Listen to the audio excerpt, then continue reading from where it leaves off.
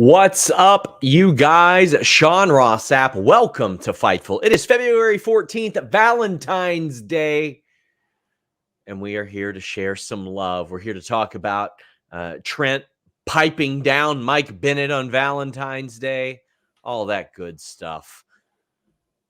AEW Dynamite post show. We've got Alex Pawlowski here. He does a little show called Sour Graps, not just on Tuesdays for NXT, but over on this service called FightfulSelect.com. 12,000 subscribers strong. We'll tell you more about that a little bit later on. Alex, how you doing? Doing well. Had a nice Valentine's Day with my two Valentines, my wife and my daughter. There was a fantastic little fake AEW Valentine's thread on Twitter. I don't know if you saw that, but Dax Harwood is like, I already have a Valentine, my beautiful wife and daughter. And he's like, oh. I'm like, that's me. That's me. I love it. Guys, please leave a thumbs up on this video.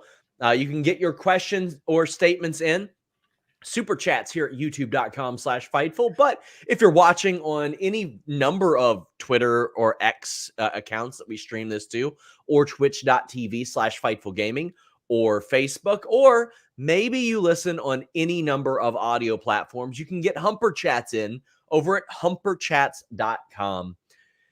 That is our Streamlabs platform. It allows you to leave them ahead of time, days ahead, doesn't even matter. Also, as I've mentioned, if you leave us a nice review on iTunes, Apple, or really any audio platform, but Spotify as well, that gets you entered into all of our giveaways we do. We are constantly doing pay-per-view giveaways, video game giveaways, action figure giveaways, and gift card giveaways, anything like that. It really helps us on the audio end. But hey, youtube.com/Fightful. I'm going to do a quick run through of some of the things you might have missed this week. Over the past 2 weeks alone, we have had interviews with Rhea Ripley, Julius Creed, Becky Lynch, Seth Rollins, Veda Scott, Mike Bailey, Natalya, Ivy Nile, Nick Nemeth, Nia Jax, Sam Adonis, Brutus Creed, and Jordan Grace. We've got Bianca Belair and Montez coming up soon.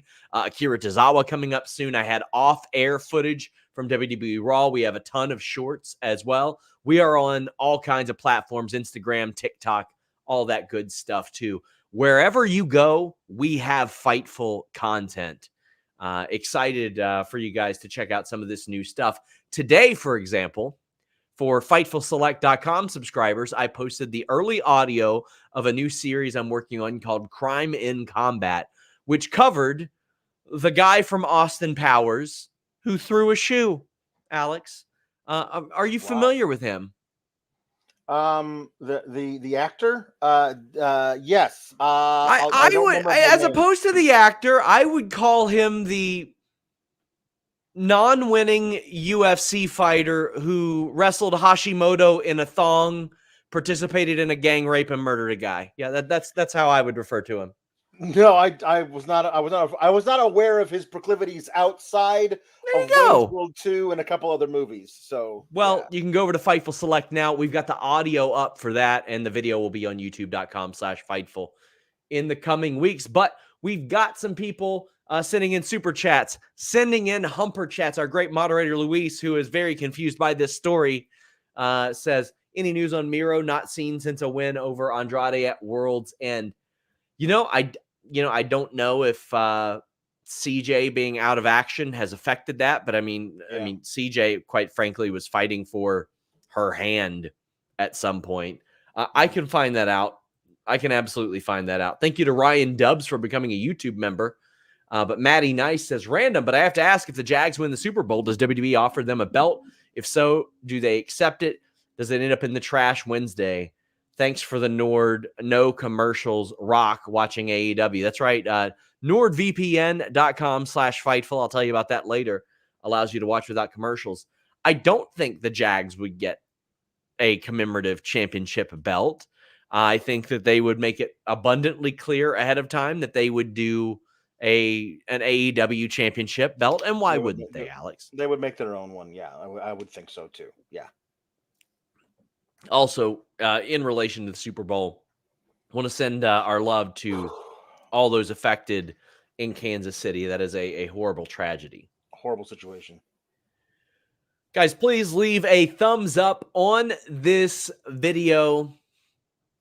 Ahead of this show, Alex, FightfulSelect.com, the best $5 in the business. Please. Mm-hmm. We also have a free tier where I broke news of a House of Glory match. Santana, who a lot of you are wondering where the hell he is, taking on Penta. But even before that, I reported that QT Marshall's headed back to the company, Alex. A non-wrestling role. He is going to be in a VP role, from what I am told. He can wrestle, just not in WWE. This is something that was important to him. But he wasn't clicking with the AEW audience at the level in which he should be. Now, that being said, I was at that Toronto show, and they relied on him to get heat on 4 people throughout those tapings. Right. He can get heat. It was just not connecting, Alex. However, guy's gotten himself in unbelievable shape. Have you seen him lately? Not recently, but he was in better shape than he had been when he left. Let me show you. Look at this guy. That's crazy. Unreal. That is in no way the guy that we saw doing stuff with Cody Rhodes on top of a bus. That's in no way the same dude. I'm sorry. That's AI, and you'll never be able to convince me otherwise. That is AI. He's revived Turnbuckle Championship Wrestling, which was a Dusty Rhodes property, with Teal Rhodes, who was going to be an authority figure there. They brought Scotty Riggs out of retirement. Wow. Who also looked really good. He looked like the cool teacher from any sitcom. Let me show you Scotty Riggs, 56. I looked online. It said he was 52. No, he told me he's 56 years old. Wow. This guy. Glacier wrestled for him. So, you know what? As he was creative coordinator, VP of that. I don't know what his role will be now, but I think as of this moment, it works out. I think it's okay. And if something happens and this guy shows that he can get every bit as over as we have seen him be able to get on live reactions, and he forces their hand, then good for him, because he's clearly valued behind the scenes. He's a great trainer. He understands the wrestling business, but he's got a love for wrestling, and I can't fault him for that. Yeah, I think a lot of it is that they put him with the wrong people. It never made sense to me to put him with Will Hobbs. And like if you give him a stable of the right people around him, I think that it can work. It never made sense from the very beginning, and I think a lot of people just said, "No, you know what? I'm done with QT." After that, when it wasn't his fault. I mean, it didn't work out. Putting him in the spots that he was in. Kim Gray says, "Much love to you too. Happy Valentine's Day. Happy Valentine's Day to you and the little one, Kim." Single Blue Note the Panda says, "What's going on with Danhausen?"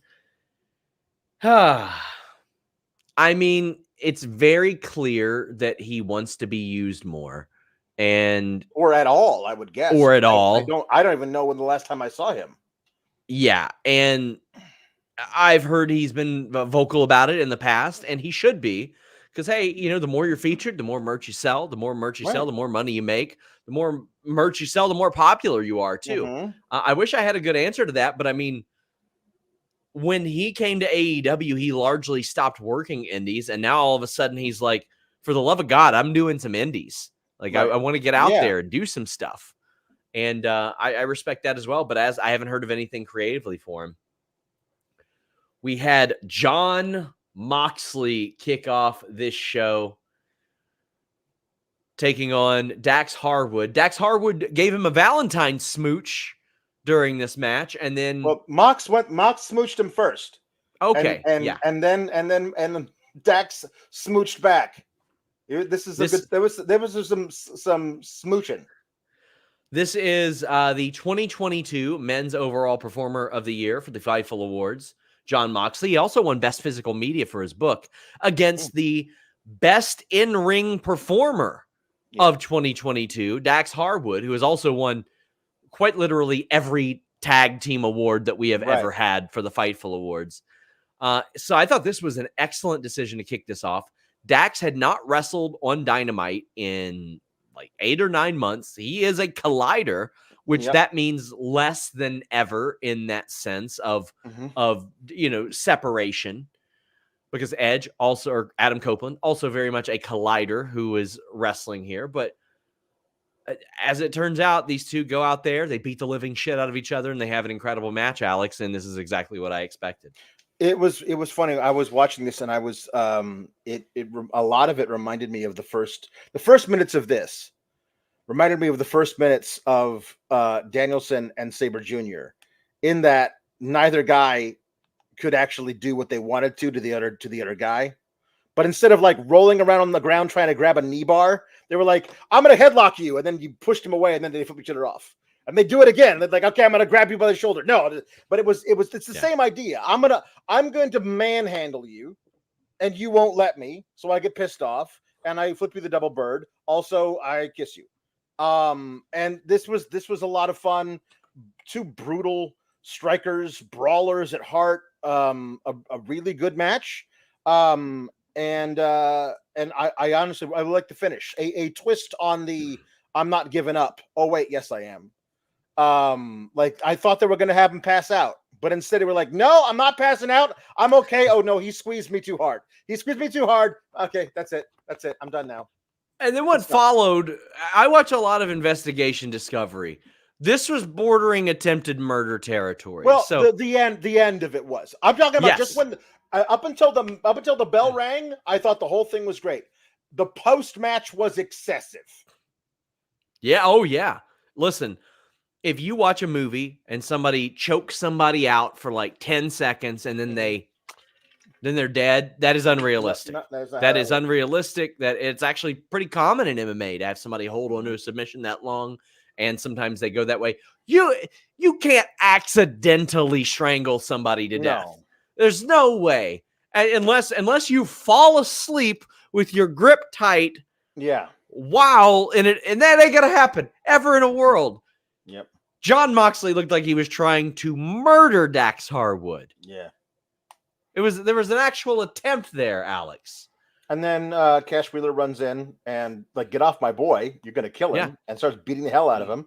And then Claudio comes in, hits the old neutralizer on him, and then Mox is like, well, now that you've gotten him taken care of, and I can now strangle this man to death unmolested, which was crazy. And I really love this, but they announced later in the show they're gonna do this match next week on Dynamite. This to me seemed like it was made for an undercard at Revolution, like a really great, strong tag match, because they're doing a tornado tag for the main event with Sting. So this one seems like a really good straight up tag match between two great tag teams. Maybe they'll eventually get there, but it seemed odd to me to announce it for Revolution, especially since it's in the Carolinas and like FTR are Carolina boys. Feels like they would do that there. Maybe they still will. Yeah, I hope that they get some semblance, like some sort of match there that is befitting of them. Right. That is befitting of them.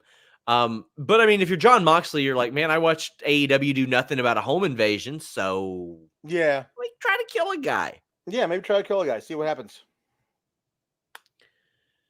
Wardlow defeated Barrett Brown. This was quick. This was, Barrett Brown had a nice little headband knitted for him by his grandma, and then he was murdered live on television. Happy Valentine's Day, brother. Poor guy. Man. Jambeard says, Sean, any news on Dexter Lumis? Feels like he's been gone over a year. Was he hurt or something? When I checked months ago, he wasn't. Let me see how far back I reported on that, though. Like it's been a long time. Yeah. As I look, December 18th, I reported that he was not on their internal injury report. I reported that on FightfulSelect.com. So that's been 2 months ago. He has not wrestled since May. He's not been on TV since like a big battle royal on Raw, I think, in May. Hasn't been regularly featured for quite a while. I'll ask. I'll see what I can find out there as well. Jambeard says, give me FTR versus BCC dog collar bull rope match.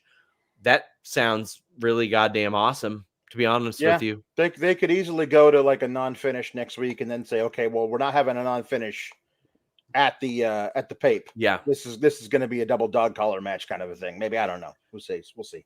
Listen, I've mentioned this about 400 times. Like, I'll probably slip into the presser if Sting's there, but I'm largely going to this show as a fan because Sting was the figure that made me watch wrestling, and shit just keeps getting added to the show where I'm like, my God, like, this is incredible. One of those things is one that they tried to make sense of, but doesn't really make any sense. Don Callis is like, you know what? Takeshita is going to face another member of the Don Callis family, Will Osprey, who I feel like will show up and say, get fucked, bruv. Pardon the French, but that's probably what he's going to say. Right. Legitimately, while on cable television, he will probably say those words because he's Will Osprey. Regardless, Don Callis says, well, no matter what, we win. And I get the feeling that ahead of that, Osprey's going to be like, no, you don't. I used you to get here, et cetera, et cetera. Well, he's got to get Callis. Yeah. It also feels like, well, we have Kyle Fletcher there, and he's still, even though he's the one wearing gold, he still feels like the whipping boy of the group. And I don't know how that's going to sit with Will Osprey. Mark Davis apparently was wrestling on the Jericho cruise. So he's ready to come back. And then it becomes this. Like, if you do like, okay, so now we got Aussie Open, we got Osprey together. Then you still have Takeshita and Hobbs. They need a third guy. I don't know who that is, but that's very interesting to me. If you do a split of the Callis family and have was it United Empire doing stuff, that's really cool. But listen, I don't want it to get away from the idea that they're bringing in Osprey, and his immediate first match is Takeshita. And just the idea of like, so there's zero story here. None. It's just two of the greatest workers in the world, hopefully beating on each other for 30 minutes. That's it. I don't need any more from that for this, because I believe this is the beginning of a story. Certainly not the culmination of one. Either way, if you just take from bell to bell, this could be one of the best matches of the year, bar none. I don't believe Mark Davis ended up wrestling on that cruise, by the way. Oh, okay. It was looking like he was going to, and then he didn't. Okay. It was advertised, is what I saw. Yeah, there's a little. How do I phrase this? I'll have a story on Kyle Fletcher on Fightful Select probably this week. Okay. But I am so excited for Osprey and Takeshita. Jambeard says, feel like this leads to a UE Callis family feud, or maybe Alex's darkest line of Osprey teaming with Jericho versus Callis. I mean, listen, Jericho's going to attach himself to the hot new thing. Now, that being said, that's inevitable. That's inevitable. So Jericho is on tour. Thing it is. So yeah. Jericho's on tour the next few weeks at least. Okay, well, fine. At least. We'll see. Zach says, SRS, hope to see you in Greensboro on a scale of 1 to 10. How worried are you that Takeshita versus Osprey will put Blue Chew out of business? That match is gonna hub. Blue Chew sent me some legitimately awesome apparel this past I saw a picture of you in it. Listen, very funny. They sent it to me, and I was like, yeah, okay, I'll take a picture of it. And then I opened it up, and I was like, damn, this shit's really good. It's really good. I was like, okay, well played, guys. Don says, can you clarify Megan Bain's status or return date? So, I mean, there were definitely some people within AEW that I had talked to that were like, well, first off, I want to say this. I don't know how long her contract is, but with the Rossi stuff, they're like, is she going to try to go over there? Like, there were some question marks there. But I guess we'll see. Reminder, guys, get in your super chats, get in your humper chats. BCC are heading to CMLL to face Mystico, Volador Jr., Ultimo Guerrero, and Blue Panther on March 29th. For those of you asking about Wheeler Yuta and his whereabouts. Chi-Town Spurs says, this Revolution build might be the best they've ever done, at least in over a year, and we're 6 for 6 on the matches. Well, Chi-Town Spurs, I think you're right. I look at this card and I go, yeah, it's looking really good. Everything looks like a slapper. They announced Eddie Kingston and Bryan Danielson over the weekend as well. Right now, it's a 7-match card. They're probably going to add like 52 more, but you know what? How can we watch CMLL? Matty Nice, it's so funny that you ask. There's this great application called nordvpn.com/Fightful. How you can watch it? I'm not sure, but you can with nordvpn.com/Fightful. And right now, there's the NordVPN birthday exclusive. Save big, get 4 extra months and a 30-day money-back guarantee. But that's not it. You can get an Uber Eats voucher when you subscribe to nordvpn.com/Fightful. You can shield your data from snoops and criminals, protect yourself on public Wi-Fi, add extra layers of security to your digital life, especially when you're like me and you're traveling a lot. You want that file encryption tool. You want that password manager. You want that threat protection. And if you need any help using it or figuring out what applications you can and can't use, 24/7 support. But hey, you got that money back guarantee, 30 days. So if you don't like it for any reason, you can get your money back. The next 3 UFC cards look like absolute slappers on pay-per-view, but I am not paying full price for that. I'm going to go ahead and get that discounted price with nordvpn.com/Fightful. Luis, please help us out in the chat. Thank you. He says on their YouTube channel via membership tiers. Thank you, Luis. We have a free tier actually on Fightful Select for those of you who want to check that out. We had a free story yesterday, today, and we'll probably have one Friday as well. Matthew England says, any news on Britt Baker? No, she was at the Super Bowl looking very stylish, looking jacked. By the way, she looked really incredible. Amir says, any talk of running Omega Okada soon? There's no talk of running anything with Omega anytime soon. Unfortunately. Not soon. Unfortunately. Jambeard says, here's a question for you, SRS. We often ask who from AEW will go to WWE next, or who from New Japan might go to AEW, but who from AEW will leave to sign with New Japan like Perry did in kayfabe? Well, I mean, in kayfabe, they could send people over there all the time. But yeah, anytime you wanted to. Yeah. There's the unfortunate reality that Japan's economy is in a recession right now, and that is not going to serve them necessarily positively. I feel like that is a cop-out, but I think Mercedes is going to be going over there. Right. I think that she's going to be doing some work there. Peripheral says, how long do you think her contract is? Probably multi-year, but I don't know that for sure. Yeah. If I had to guess somebody, I would say somebody like Lance Archer might be like, you know what? I've had my fill of AEW. Want to spend some time in Japan. All that. Adam Copeland versus Daniel Garcia ended in a no contest as Christian does a concerto to Copeland afterwards. How'd you feel about this match? Well, I really the match was excellent. I loved Copeland obviously being way more experienced and bigger, stronger, and Garcia just saying, yeah, but you still have tendons in your knees though. So what I'm going to do is every time I possibly can, I'm going to do a dragon screw to your old cartilage. And that is a fantastic way for Garcia to wrestle this match. It shows how smart he is of a competitor, and how ruthless he can be. I thought this was great.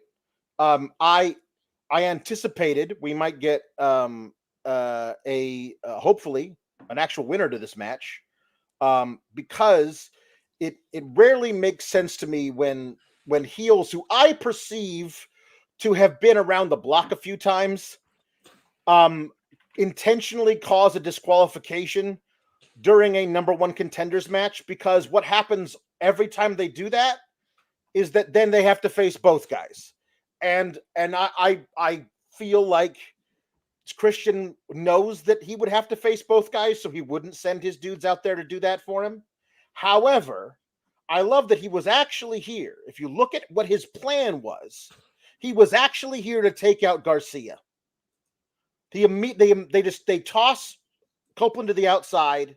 They take out Daddy Magic on the outside. Luchasaurus does, and they are here to take out the number one threat, which is Garcia. We've already proven we can take care of Copeland. We're going to take out Garcia, which then leaves. If he's taken out, then all I got to do is beat Copeland again. I've already done that. But once Copeland got in the ring and started messing with his boys, and then backed him into the corner with a low blow from Mama Wayne, then it was, well, we'll take out this guy now. Who was wearing a turtleneck like Christian. Yes, it was great. Phenomenal. I love this. I love that he said the plan A was take out Garcia. Plan B is fine too, because that takes out Copeland. And the way that the AEW Twitter feed characterized this is taking a piece off the board. And that might have just been a random turn of phrase, but it feels intentional. And yes. And that what that feels like to me is Copeland's out until after Revolution, which means Garcia is the only challenger. And if Garcia somehow beats Christian, then when Copeland comes back, whenever that might be, he might go after the guy who put him out with a concerto in Christian, or he might go after the new champion who is holding the title that he believes he should have. There's a lot of really good, or you come back and he thinks he's going after Christian, but then he takes out Garcia and actually aligns with Christian. There's a lot of really cool options here, and it's always better when good stories like this have a lot of options to go through. There are a lot of options for Garcia too. Like, I would love to see him against Christian at Revolution. Within just the world of wrestling in general, he's unbeaten in his last 8 matches, but in AEW, he didn't lose tonight. He beat Shane Taylor on Collision. Sure. He and FTR beat the Patriarchy.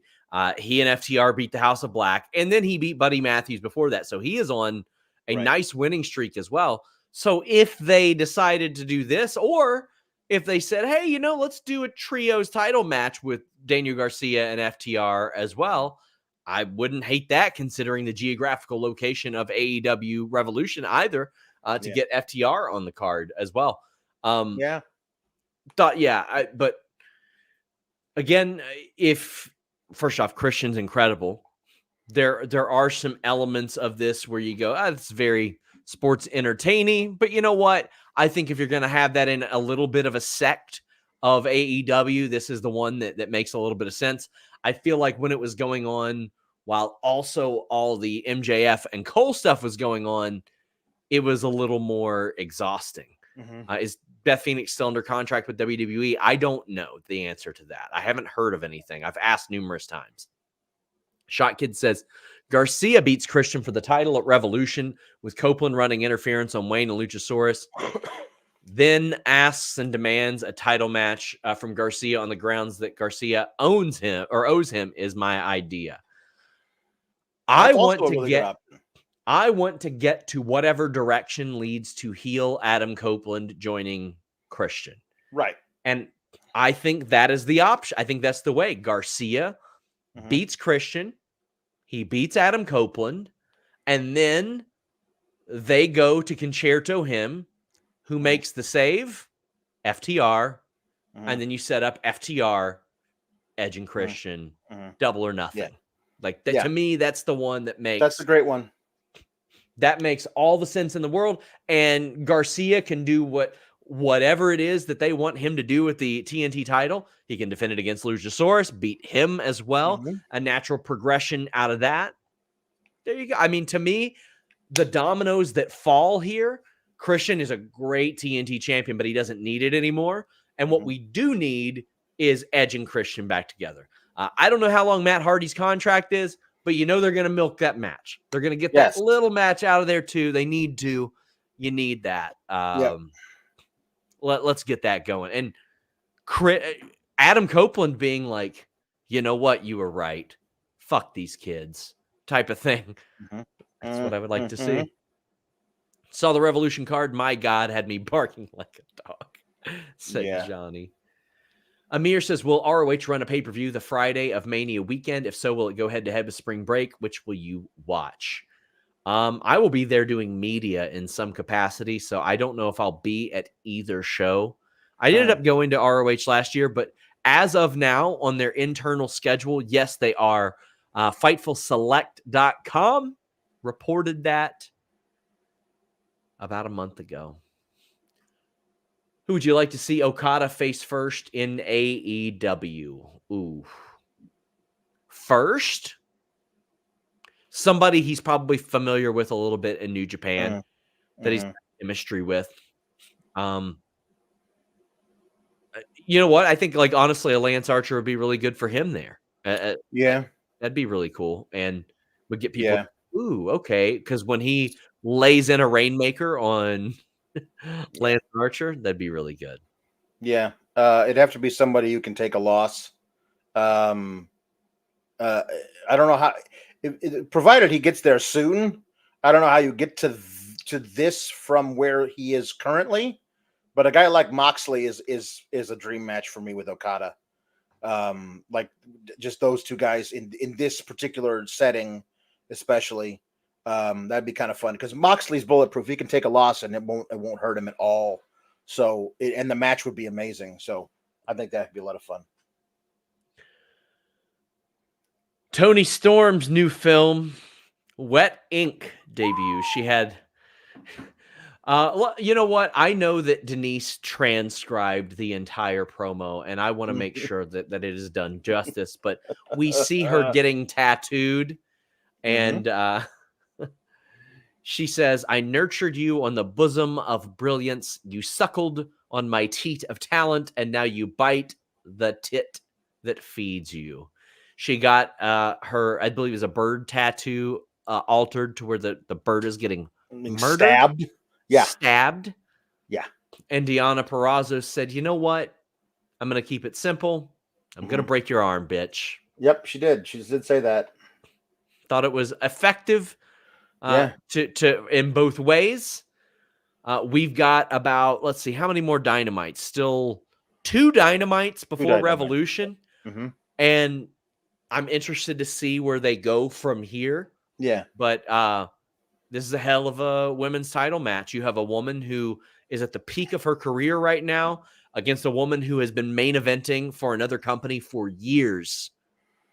And I think there's a real chance Deonna could win this. I think it's possible for sure. There's a lot of ways that can go.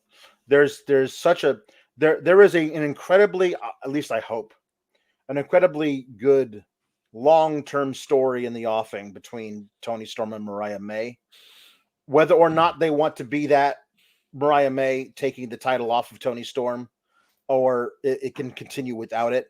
Maybe Mariah becomes champion after Toni Storm loses it to somebody, and Toni Storm is desperate to get it back from her understudy or whatever. There's a lot of really cool stuff there. I think that you're going to see a lot of characters intertwining with Toni Storm and Mariah May, but I think that the main story there is the upstart taking over for the great star in Toni Storm. There's a lot of fun there. C. Delgado says, not according to Bet Online AG, Toni is a big favorite. She is. Right now, she's a minus 600 favorite. Deonna is a plus 350 underdog. They only have odds for 4 matches right now. I'm sure they'll add more, but still, that is the second closest line of the 4 because Eddie Kingston is a minus 140 over Bryan Danielson at a plus 100.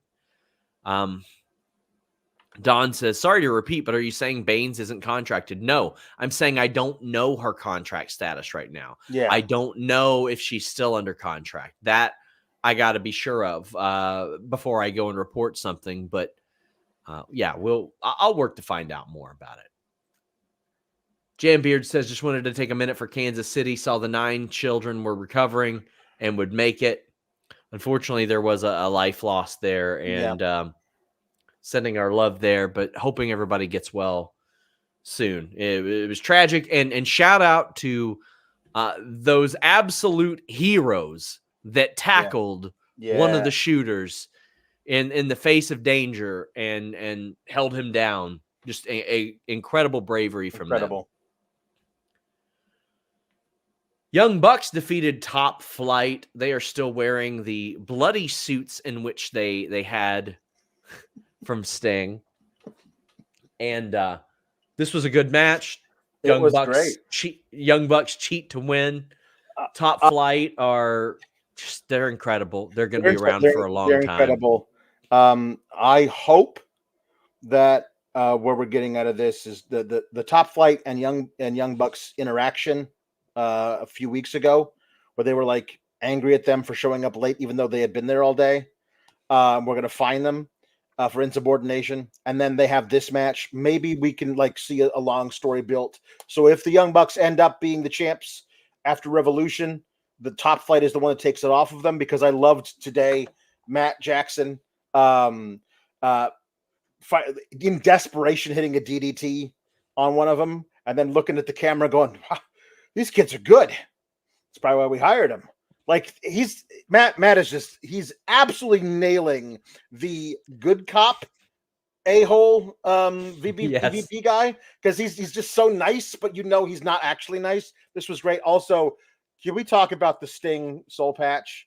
Because that was just so damn clever. I love that they're still wrestling in the bloody suits. I hope they keep wrestling in them. Like, just they never take them off. They wrestle in them for the match. I thought the match was excellent. Yeah.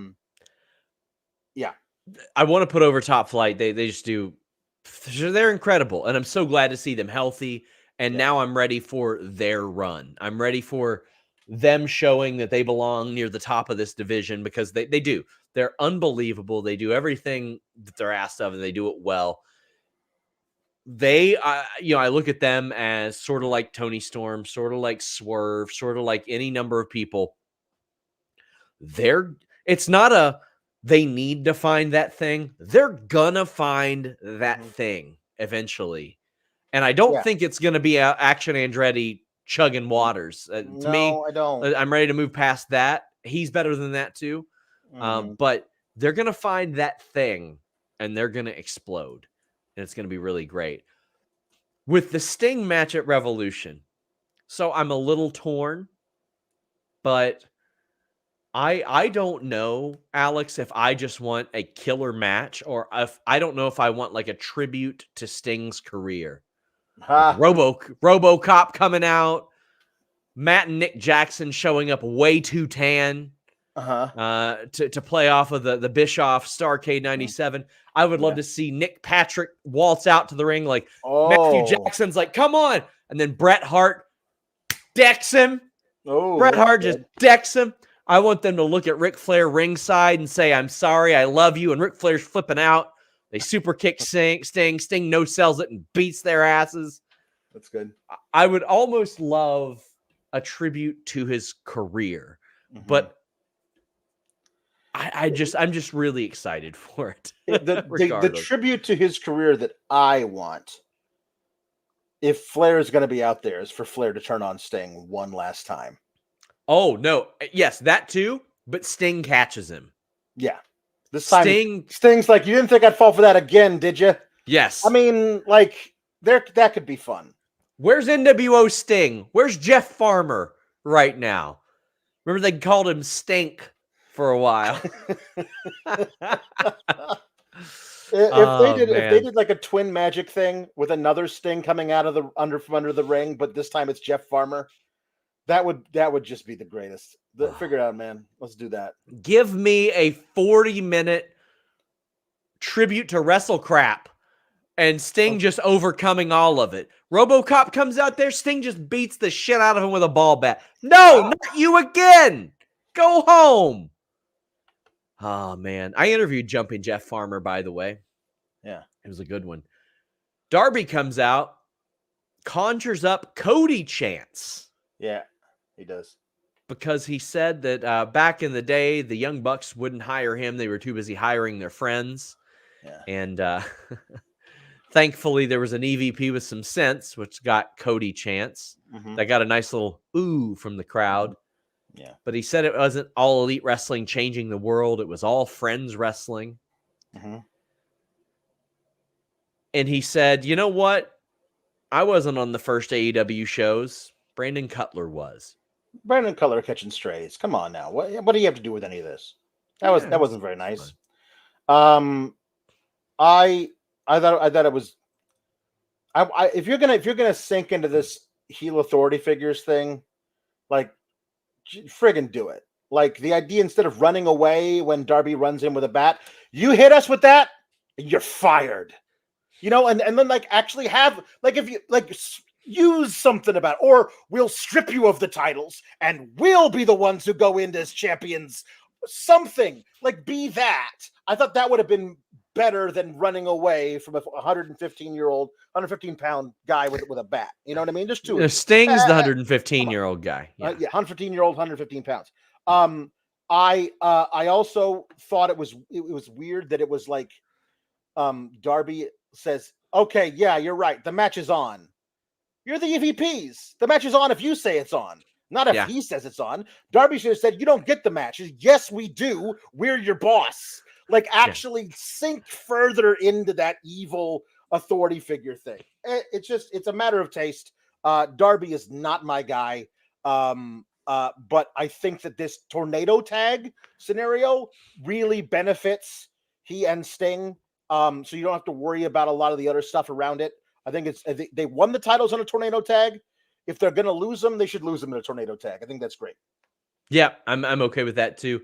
The Bucks healed on Tony Schiavone, which is, easy to do. It's very easy to heal on them, on him. So I'm there for that. Darby's promo didn't hit for me.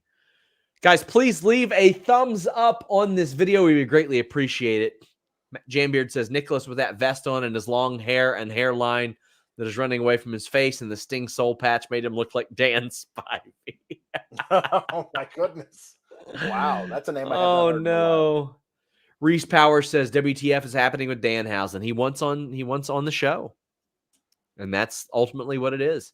Yeah. Jordan Scott says, with Osprey, Okada, and Monet coming in and signed under AEW, do you think all three will get new themes or use their old ones? I can tell you this. I can't say I know. I've heard at least two of the three are getting new or altered themes. Oh, which, yeah. I can't say which ones.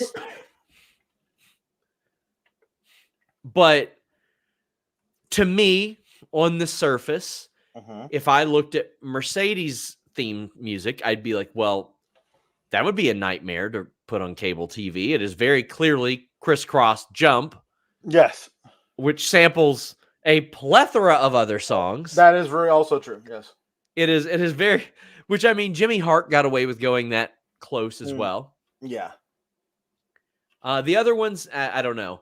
I can't say if it's Osprey or Okada. I think if they keep the coin drop, Okada's will be all right. But we'll see. Yeah, all you got to do is have the coin drop at the beginning of whatever his thing is. The coin drop, I feel like it. So, what else do we got here? Oh, well, I know one thing. If you're looking to take care of your coin purse, Manscaped and the code FIGHTFUL can help you out.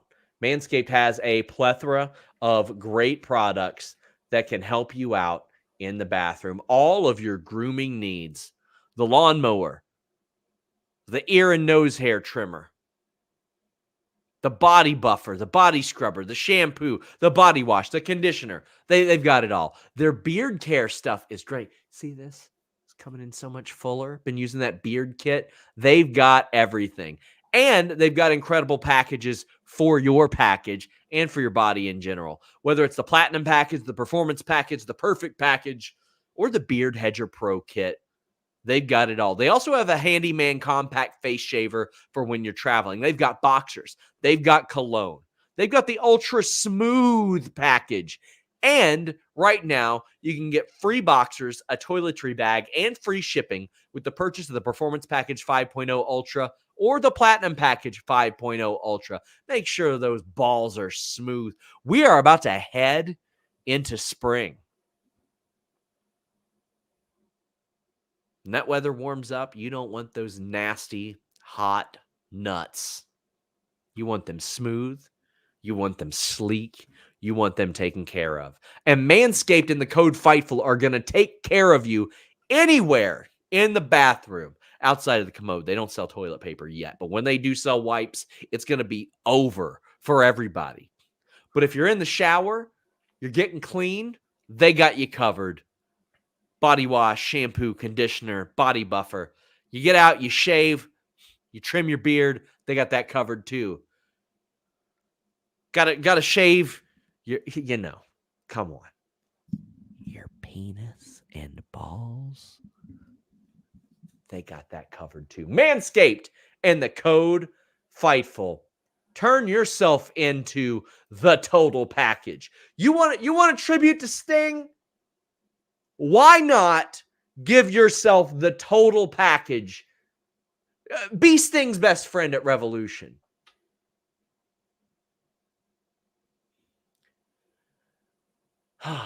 Jambeard says Sting's son comes out as Surfer Stings to take out Colt and Brandon. I would be completely fine with that as well. Yeah, sure. Yes. Vicky says, Happy Valentine's Day. Didn't get Sting for my birthday, but I got Darby. Birthday cake for all. Well, happy birthday, Vicky. Our good friend. I emailed you back the other day. I hope I can see you in Greensboro. Sean, you and team deserve candy hearts today. Well, thank you. Vicky also says, Hi, FIGHTFUL family. SRS and Alex. Fun main event. Orange Cassidy is wild. Love Darby telling the EVPs off. Revolution's going to be fun. Can't wait for Sting. I hate traveling, Vicky, and I am just so excited for what we're about to see. Bang Bang Scissor Gang promo. I mean, okay. This group is like a goddamn pull string. They've got 734 catchphrases. Can we just get to the part where they fight each other at Revolution and unify the titles? They got guns up. They got suck it. They got 2 words for you. Scissor me daddy ass. Scissor Everybody loves the Acclaimed. The Bang Bang Scissor Gang. Yeah, everyone. Am I missing any? Bangs. They got a lot, man. They got a lot. There's a snake in my boot. Somebody poisoned the water hole. Well, this is for the gold members. They do that one for the Bullet Club Gold. Is that a real thing? Gold? Yeah. Who's up for my gold members? Okay, I thought that might have been a Joe Sun line from Austin Powers. Maybe I left that out of my video. Maybe. But yeah. Okay. I like the ingredients here. I'm ready to see the feud. Willow Nightingale defeated Skye Blue thanks to Stokely. So I've liked how this story's going because Stokely, it tries to get Chris Statlander, and Chris finally accepts him. She's like, but you got to be nice to my friend too. Yes, you do. And Stokely is a man of his word on this show, and Willow gets the win over Skye Blue, who, at least now, this one wasn't as much of a foregone conclusion as so many other matches that we see on Dynamite, because at any given time, Stokely could just be like, no, I'm not going to help you. But he's winning Willow over right now. He is winning her over in spite of himself. I want to think that he took off the headset when he was on commentary to go up and get on the apron. I want to think he took off the headset in the most awkward way possible. Like it was wrapped entirely around him the way he took it off. That was very funny.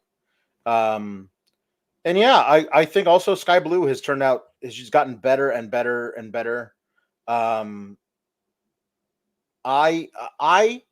frankly kind of surprised that we're not doing the Thunder Rosa program for Julia. That it feels like we're dipping back into the Statlander and Willow thing, which I thought was done a while ago. But okay, I mean, those are good matches. Those are a lot of fun. But Rose hasn't worked. Rose hasn't wrestled in like 3 or 4 weeks. Yeah, but at the time when she came back, it seemed like she was immediately in that area of the women's division. Yeah. She hasn't wrestled in a while. I hope she's okay. But it does feel maybe they don't want to do that yet. They want to do that for Double or Nothing or whatever. But yeah, this should be interesting to see where they go with TBS title. Thomas says, what do you think about a women's Face of the Revolution ladder match? Winner gets a shot at Julia. have Willow, Stat, Sheeta, Queen Aminata, maybe a returning Britt Baker, or also Thunder Rosa, as we mentioned. Like, I think that's an opportunity. I like right the women's Facial Revolution ladder match would be really good. I think that would be a really great idea. I wish they, I say I wish they would book women more. They are slowly but surely. There weren't nearly as many. I didn't feel like there were as many additional segments on this show. You had the video with Toni, and then you had the match. I'm ready to see more featured here. Right. I mean, we're getting 2 women's matches on Collision. We should be getting 2 women's matches on Dynamite, and at that point, then you started doing a lot better. Yeah, and I mean it's becoming a regular thing on Collision. Yes, on Collision it is. Samoa Joe, Swerve, and Adam Hangman Page. Samoa Joe came out, and wow, man, I had some reservations when I found. Okay, so first off, let me preface this. Joe wasn't always the original plan. Very clearly, it was Adam Cole to win that title. But you got a guy in his 40s who has had a history of being sidelined, beating their 20-something-year-old dominant champ who has carried the show for a long time, whether you liked it or not. However, that champ is very, very injured. There was no other choice. And I knew that Samoa Joe would deliver, but goddamn, the crowd has just embraced him, accepted him. And he's been so perfect. He's been so perfect here. He let everybody say what they needed to say. Swerve said what he needed to say, played off of the crowd really well. Exactly. He played off of that great. He let that breathe. Chance said, I love that Hangman got a drill reference on a national television. Yeah, that is my champion. One of the most iconic trolls of all time, Drill. Yeah. He basically said, I'm not mad. Don't say that I'm mad in the newspapers. But he said, don't say that I'm mad in your reports of AEW Dynamite. So I can confirm that Adam Hangman Page was not mad last week. No, he said so himself. He said so himself. Right. And then Samoa Joe just said, LOL, don't care. Whooping your asses. See you at Revolution. Yeah. Whoo! This is great. This is how you sell a triple threat. Almost got full Randy Marsh meme over that one. I do love the Hangman is just, you will not be champion on my watch. Like that's it. Like I that will not happen. I will not allow that to take place. And my thing is, I firmly believe Swerve is winning the title at Revolution. So if that is the case, what does that do to Hangman? That he either allowed it to happen on his watch or was the one who actually took the pin.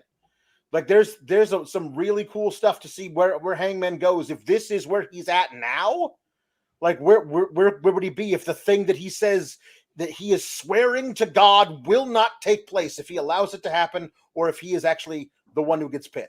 There's some really cool stuff there. But Samoa Joe could not have handled this thing, which is a transition from MJF to Swerve, who I believe will also like be a major face in the company. He's been so good. I almost feel like you can't take it off of him yet.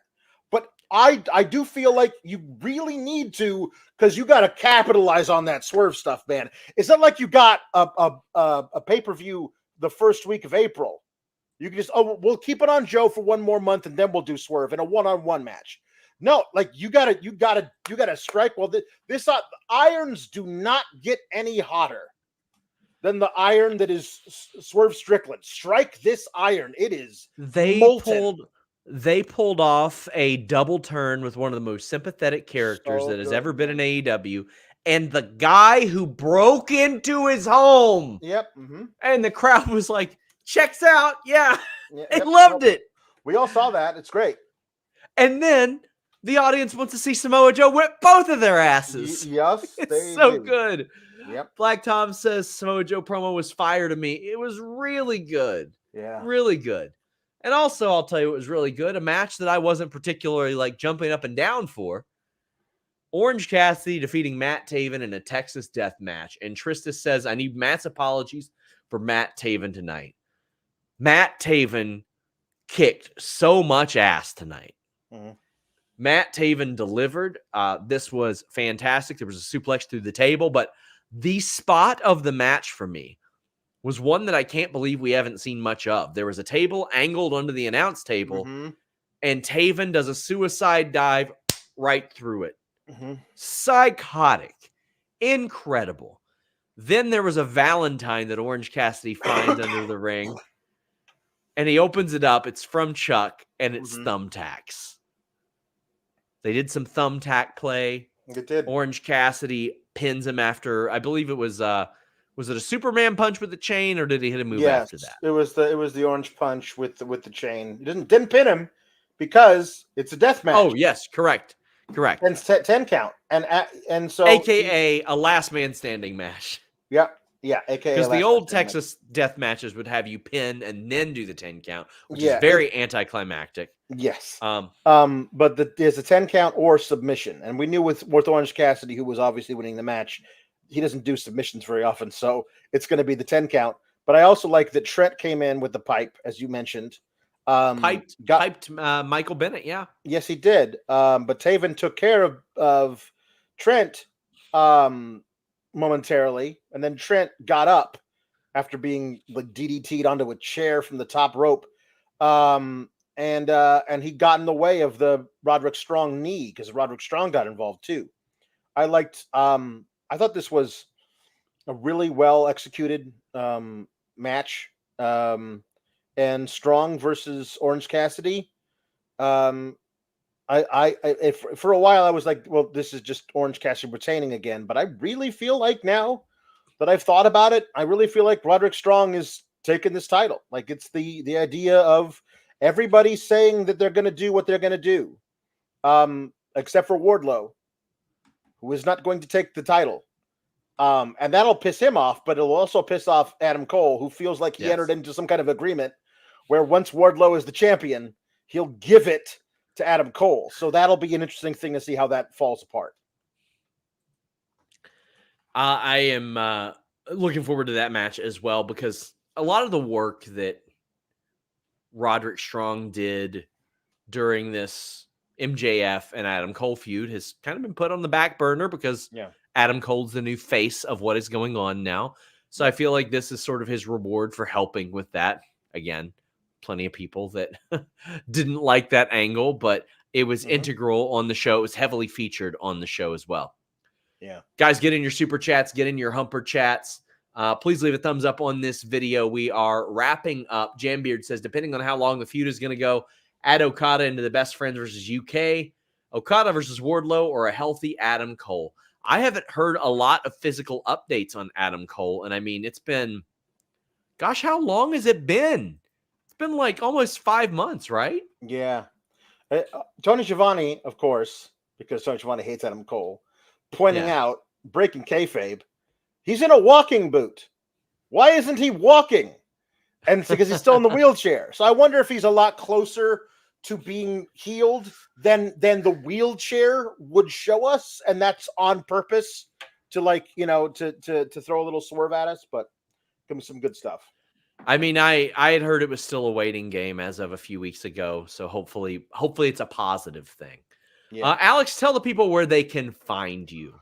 You can find me most of the time on Fightful Select, where on Saturday we will be doing the 500th episode of Sour Graps. Nice. There is no Collision on Saturday, and there's really nothing to talk about. But I'm sure Kate and I will just yap about nothing for a couple of hours. NBA All-Star game. NBA All-Star, NBA All-Star Saturday night. Yeah, we'll just dissect the 3-point contest. So. Yeah, who are they doing? It's Steph Curry versus, I don't know who it was, but Sabrina. Buddy, I'm about to become the biggest Indiana Fever fan of all time if Caitlin Clark goes there. Dave England says, missed my super chat. Well, you know what, Dave? Or Matthew England, not Dave England of Jackass fame. No, different guy. Any news on Britt Baker? No, I did not miss that whatsoever. No, I said that she was, here we go. Jeff Hardy was possibly injured on the Rampage tapings. her body That's slam. Too bad. I hate that. I hate that. I'll work to find out more. Shotzi last night and Hardy. This injuries are the worst part of covering this, where you recognize that people are like really, really hurt and are going to be out for a while, and it's going to ruin a lot of stuff for them. So that sucks. But we're going to do the post SmackDown on just me over on after Friday's show. SmackDown should be interesting because The Rock and Roman will be back. We'll talk about Rampage, even though it's going to be on at a different time. We won't do a live watch along of it, but we'll talk about it.